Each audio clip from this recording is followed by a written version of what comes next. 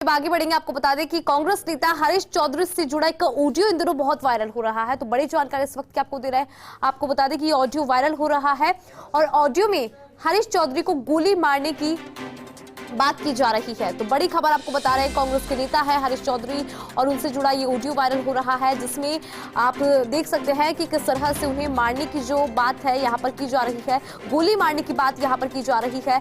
हरीश चौधरी ने इस मामले से पुलिस को अवगत कराया है। बोले बड़ा दुर्भाग्य की बात है और साथ ही उन्होंने कहा कि बड़ा दुर्भाग्य है कि बाड़मेर और बायतू में इस प्रकार के युवाओं के जहन में इस तरह की बातें भरी जा रही है। चुनाव के बाद इस प्रकार का ऑडियो वायरल होने की बात सामने आ रही है। हरीश चौधरी ने अपनी सुरक्षा को लेकर भी कहा है।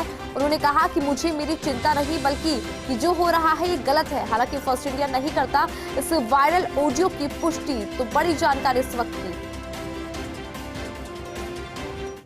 सुखदेव सिंह गोगामेडी की हत्या के बाद पूरे प्रदेश में आक्रोश का माहौल है। उसके साथ साथ कल से एक सोशल मीडिया पर ऑडियो वायरल हो रहा है और उस ऑडियो में हरीश चौधरी को बंदूक से उड़ाने की बात की जा रही है।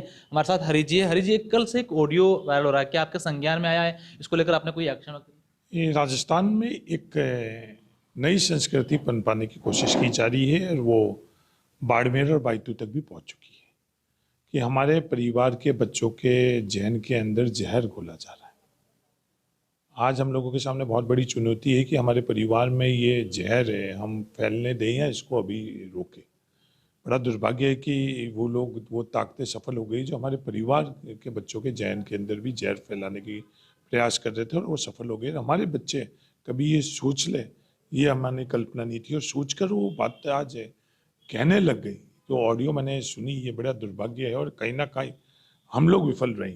जो बायतू को शिक्षा, संस्कार और जागृति के दिशा में हम लोग आगे बढ़ाने की कोशिश कर रही है।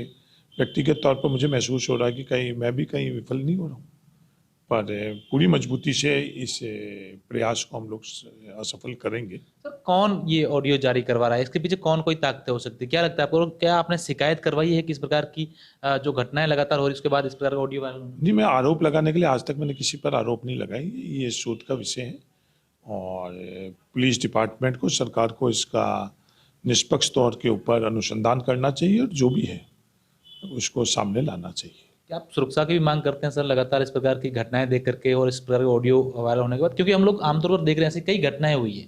नहीं, मैं मेरी व्यक्तिगत सुरक्षा को लेकर चिंतित नहीं हूँ। मैं चिंतित हूँ जो समाज के अंदर जो ताकतें जहर फैलाना चाह रही है वो सफल हो रही है। हरीश चौधरी आज है, कल नहीं रहेगा। मेरी पीढ़ी आज है और कल नहीं रहेगी। ये समाज की व्यवस्था ये आगे तक जानी चाहिए। तो व्यक्तिगत तौर पर हरीश चौधरी नहीं रहेगा तो भी राजस्थान को कोई क्षति नहीं होगी, पर ये जो सोच है, ये सोच और ये तरीका अगर हम लोगों के परिवार में, राजस्थान के लोगों के अंदर आ जाएगा तो ये बड़ा चिंताजनक चीज़ है।